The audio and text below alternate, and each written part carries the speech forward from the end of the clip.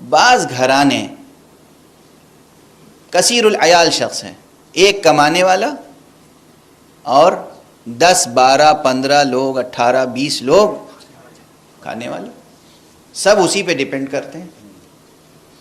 یہ شخص ہر ایک کا فطرہ نکالنے کی قدرت نہیں رکھتا، سکت نہیں ہے اس کے پاس.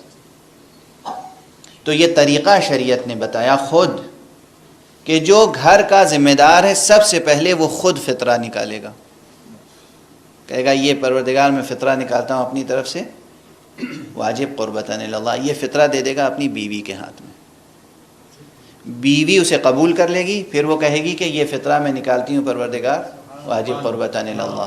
وہ پھر ماں کے ہاتھ میں دے دے گی، ماں، اس کے بعد باپ، پھر اولاد، اور اسی طرح پھر ایک ایک کر کے پورے گھر کے ہاتھ میں وہی چیز پھرا دی جائے گی، اور پھر وہ کسی اور فقیر کو، مستحق کو دے دیا جائے گا.